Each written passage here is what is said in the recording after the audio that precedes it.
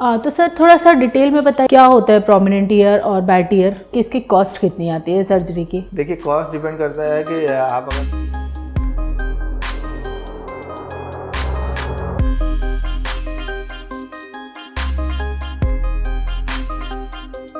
Hello everyone, कैसे हैं आप सभी लोग? आई होप आप सभी बहुत अच्छे होंगे। तो लास्ट जो आपने पॉडकास्ट देखा था उसमें हमने गायनेकोमेस्टिया, ब्रेस्ट रिडक्शन, ये सारे टॉपिक कवर किए थे। तो आज भी हमारे साथ है सर डॉक्टर विवेक अम्बेडकर, जो कि प्लास्टिक सर्जन है और आपने उनके और भी वीडियोस देखे हैं। तो आज जो हम अपना टॉपिक कवर करेंगे सर के साथ वो होगा बैट ईयर और प्रोमिनेंट ईयर।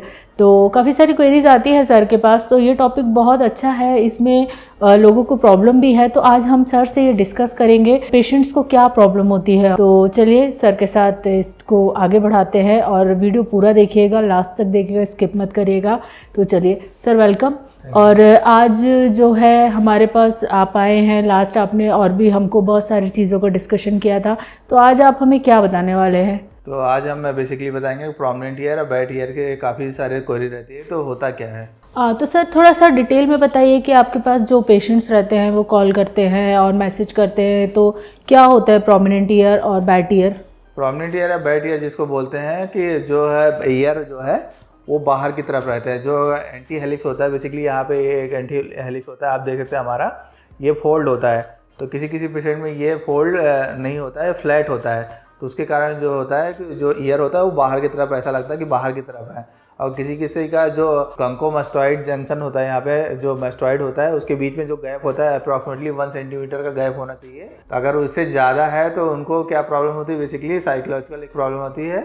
तो उसके कारण ये बाहर की तरफ दिखाई देता है, तो ईयर ज़्यादा फेस पे दिखाई देता है। तो इसको बैट ईयर या प्रोमिनेंट ईयर कहते हैं, बैट की तरह दिखता है, इसलिए इसको बैट ईयर या बोलते हैं। तो सर ये बताइए, जैसे आपके पास काफ़ी सारे फ़ोन कॉल्स आते हैं, तो लोग आपको क्या बताते हैं, क्या प्रॉब्लम बताते हैं? तो बेसिकली उनका यही रहता है कि काफ़ी लोग उनको परेशान करते हैं कि तुम्हारे जो ईयर है वो बाहर की तरफ है। तो बेसिकली वो उससे मेंटली डिस्टर्ब रहते हैं और मानसिक तौर पे परेशान रहते हैं। तो सर आप हमें इसमें बताइए कि बैट ईयर में हम करते क्या है? तो बैट ईयर में बेसिकली जो एक सर्जरी होती है उसमें जो कान के पीछे की तरफ से एक्सपोज करते हैं कार्टिलेज को। तो जो कार्टिलेज होता है एंटी हेलिक्स नहीं होता, बेसिकली आप देख सकते हैं यहाँ पे एक फोल्ड होता है, तो वो एंटी हेलिक्स नहीं होता, फ्लैट होता है। तो उसमें पीछे की तरफ खोलते हैं और उसमें स्कोरिंग करते हैं। स्कोरिंग मतलब कार्टिलेज के ऊपर चीरा देते हैं, कार्टिलेज की जो मेमोरी होती है परमानेंट उसको हटाते हैं, फिर उसमें सूचर करते हैं परमानेंट। तो सर इसका जो रिजल्ट होता है वो परमानेंट होता है कि टेम्परेरी होता है? नहीं, इसका रिजल्ट परमानेंट रहता है, क्योंकि परमानेंट सूचर लगाते हैं तो जिससे परमानेंट रहता है। और स्किन का पार्ट भी थोड़ा सा निकालते हैं, तो जिससे जो ईयर होता है वो पीछे की तरफ चला जाता है। तो इसमें बेसिकली ओवर करेक्शन करते हैं। ओवर करेक्शन से मतलब ये है कि ज़्यादा चिपकाते हैं, फिर धीरे धीरे थोड़ा टाइम के साथ नॉर्मल पोजीशन पे आता है। तो मोस्टली जो नॉर्मल होता है 1 सेंटीमीटर का आप देख सकते हो, अप्रॉक्सीमेटली अपर पार्ट से गैप होना चाहिए, ना ज़्यादा चिपका हुआ हो ना ज़्यादा बाहर की तरफ हो। मोस्टली अगर 1 सेंटीमीटर के अप्रॉक्सीमेटली रहता है तो उसे नॉर्मल बोला जाता है। तो सर क्या निशान उसके बाद जो रहता है, जो आप सर्जरी करते हैं उसके बाद निशान दिखाई देता है? नहीं, निशान सामने की तरफ नहीं दिखाई देता, पीछे की तरफ रहता है, वो भी दिखाई नहीं देता, टाइम के साथ चला जाता है। क्योंकि हम जो इंसिजन देते हैं पीछे की तरफ देते हैं, कोई भी स्कार आपको शुरुआत से भी दिखाई नहीं देता है। और जो रिजल्ट है ऑन टेबल ही सर्जरी के बाद जस्ट आपको दिखाई देने लगेगा। उसके लिए बहुत ज़्यादा वेट करने की ज़रूरत नहीं होती है। तो सर जैसे आपके पास काफ़ी सारे फ़ोन कॉल्स आते हैं, तो उसमें आपसे पेशेंट्स यही क्वेरी करते होंगे कि आप किस एनेस्थीसिया में इसको करते हैं? बेसिकली जो सर्जरी करते हैं वो लोकल एनेस्थीसिया में करते हैं, और दोनों तरह का कंप्लीट करने में करीब 1 आवर का टाइम लगता है। 30 minute one side, 30 minute other side. तो जो सर्जरी होती है लोकल एनेस्थीसिया में करते हैं, डे केयर सर्जरी होती है। तो सर जैसे कि आपने सर्जरी की, उसके बाद आफ्टर सर्जरी आप पेशेंट्स को क्या बताते हैं कि क्या प्रिकॉशन लेने चाहिए? बेसिकली मोस्टली इसमें प्रिकॉशन ये रखना है कि मास्क पहनना है, अगर पहनना है तो बांधने वाले पहने। इसमें जो इलास्टिक वाले मास्क होते हैं अगर पहनेंगे उसके कारण पुलिंग होगी, और अवॉइड करना है किसी को ईयर पुलिंग से, तो जिससे जो सूचर है वो परमानेंट हील हो जाए। और पुलिंग करेंगे तो जो इंटरनल सूचर होते हैं कट थ्रू होने के चांसेस रहते हैं। तो सर जैसे आपने सर्जरी की और आपके जो पेशेंट है उनको स्टे करना होता है कि सेम डे आप उनको मतलब जा सकते हैं पेशेंट्स? सर्जरी करा के सेम डे जा सकते हैं, रुकने की ज़रूरत नहीं होती है।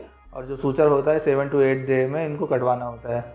तो सर जैसे आपके पास फ़ोन आते हैं तो कुछ पेशेंट्स आपसे ये पूछते हैं कि इस सर्जरी के बाद सुनाई देने में कोई प्रॉब्लम होगी या कोई हियरिंग प्रॉब्लम होगी? नहीं, बेसिकली जो सर्जरी होती है, जो ये प्रॉब्लम है एक्सटर्नल ईयर, एक्सटर्नल मतलब बाहर की तरफ के कान की प्रॉब्लम है। इंटरनली कोई प्रॉब्लम नहीं होती। तो इसमें काफ़ी लोग पूछते हैं कि हमें कान सुनाई देने में प्रॉब्लम तो नहीं होगी, तो ये कान के बाहर की तरफ है, अंदर की तरफ का नहीं है जो प्रॉब्लम, तो इसमें सुनाई देने में कोई प्रॉब्लम नहीं होगी। तो सर चलिए ये बताइए कि इसकी कॉस्ट कितनी आती है सर्जरी की? देखिए कॉस्ट डिपेंड करता है कि आप अगर ईयर का फोटोग्राफ है अगर भेजेंगे तो उसके अकॉर्डिंग ही कॉस्ट डिपेंड करती है। तो सर लास्ट क्वेश्चन मैं आपसे ये पूछूंगी, पेशेंट्स को समझ में नहीं आता किस सर्जन से कराना चाहिए, तो आप बताइए व्यूअर्स को कि किस सर्जन से ये सर्जरी करानी चाहिए। बेसिकली सबसे अच्छा तो वही है जो ज़्यादा सर्जरी कर रहा है और वो भी प्लास्टिक सर्जन, तो उनके पास कराना चाहिए। जो ज़्यादा सर्जरी करेगा उसके पास ज़्यादा एक्सपीरियंस होगा रिजल्ट का, तो उसके ऊपर भी डिपेंड करता है कौन सर्जरी ज़्यादा करता है, उसके कारण उसको आप डिसाइड करना। और प्लास्टिक सर्जन जो क्वालिफाइड है उनसे कराएं तो ज़्यादा अच्छा परमानेंट आपको रिजल्ट मिलेगा। तो सर आज आपने ये टॉपिक कवर किया और इसमें बहुत सारे लोगों को बहुत सारी क्वेरीज होती है, तो आपने सभी क्वेश्चंस के बहुत अच्छे आंसर दिए, तो sir thank you so much. और आप लोगों को भी आई होप अपने सारी क्वेरीज जितने भी क्वेश्चन है उसके आंसर मिल गए होंगे। तो सर का सेंटर है रीवा में, मध्य प्रदेश में, और सर के काफ़ी सारे वीडियोस हैं उसमें यूट्यूब में प्लेलिस्ट में आप जाके देख सकते हैं। और सर का व्हाट्सएप नंबर है जिस पे आप उनसे कांटेक्ट कर सकते हैं। फेसबुक इंस्टाग्राम पे भी आप उनको फॉलो कर सकते हैं। कोई भी क्वेरी हो तो आप उनको व्हाट्सएप कर सकते हैं या कॉल कर सकते हैं।